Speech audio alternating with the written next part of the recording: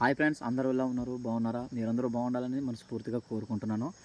మా ఏజెన్సీలో September, October, November నెలలో పండే కందులను చూపిస్తాను. ఇప్పుడు ఆ కందుల పేరు వచ్చేసరికి మా ఏజెన్సీ భాషలో మేమైతే తెల్ల కందులను పిలుస్తాము. ఇలాంటి కందులను మీరు తినుంటే దయచేసి కామెంట్ చేయండి.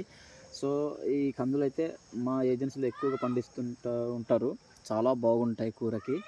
ఈ కందులను ఇప్పుడు ఆకుకూరలో ఏదైనా తోటకూర కావచ్చు, వాటిలో కలిపి తింటే ఆ రుచి వేరే చాలా సూపర్గా ఉంటుంది. మీరు ఎప్పుడైనా తిని ఉంటే కామెంట్ చేయండి. మా ఏజెన్సీలో ఎక్కువ పండిస్తుంటాము. అయితే సిటీలో పండిస్తారనేది గ్యారంటీ లేదు, ఓకేనా? సరే చూసుకోవచ్చు మీరు. ఈ రకంగా పండున్నాయన్నమాట. కెమెరామెన్ దగ్గర చూపించండి. ఈ రకంగా పండాయి గైస్, చాలా బాగుంటాయి కందులు అయితే. సో వీటిని మేము ఏం చేస్తాము అంటే పచ్చివి కూడా తింటాము. ఒకసారి తిని చూస్తాను. పచ్చివి కూడా చాలా బాగుంటాయి. పచ్చివి కూడా లోపటైతే ఈ రకంగా ఉంటుంది, ఓకేనా గాయస్? ఇవి ఇంకా పెద్దవి అవ్వలేదు. అయ్యో పడిపోయింది. తిని చూపిస్తాను. ఈ రకంగా ఉంటాయి అన్నమాట. ఈ రకంగా ఉంటాయి, ఓకేనా?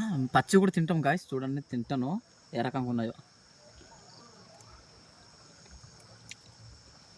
చాలా బాగున్నాయి. పచ్చివి కూడా చాలా టేస్టీగా ఉన్నాయి. అయితే కూర వండుకొని తింటే ఇంకా టేస్టీగా ఉంటాయని నేనైతే అనుకుంటూ ఉన్నాను.